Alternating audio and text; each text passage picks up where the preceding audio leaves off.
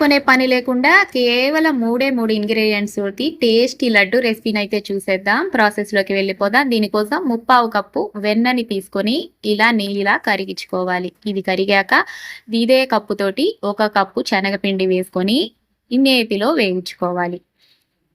ఇది గట్టిగా అయిపోయి నెయ్యి విడుస్తూ ఉంటదండి. ఏం ప్రాబ్లం లేదు. కలుపుకుంటూ జాగ్రత్తగా మంటని సిమ్‌లో పెట్టేసుకొని వేయించుకోవాలన్నమాట. అర్థమైంది కదా! శనగపిండంతా కూడా మన ఈ నేతిలో బాగా వేగాలి.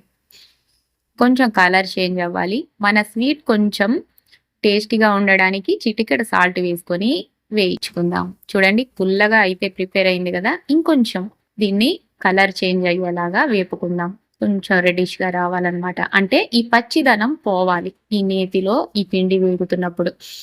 ఇప్పుడు దీనికోసం మనం ముప్పావు కప్పు పంచదారని తీసుకొని ఒక 6, 7 యాలకులు తీసుకొని పౌడర్‌లా ప్రిపేర్ చేసేసుకుందాం. ఇదైతే మంచిగా దగ్గర పడిపోయింది. కలర్ కూడా చేంజ్ అయింది. ఇక దీన్ని పక్కకు దింపేసుకొని మనం మిక్సీ పట్టుకున్న ఈ షుగర్ పౌడర్‌ని యాడ్ చేసేసుకోవడమే. కొంచెం వేసుకొని కలుపుకుందాం మొదటగా.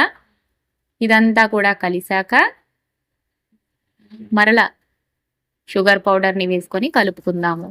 పిండి పిండిగా ఉండకుండా షుగర్ పౌడర్ కొంచెం ఎక్కువే పడుతుంది. ఇంకొంచెం మిగిలింది కూడా షుగర్ పౌడరు.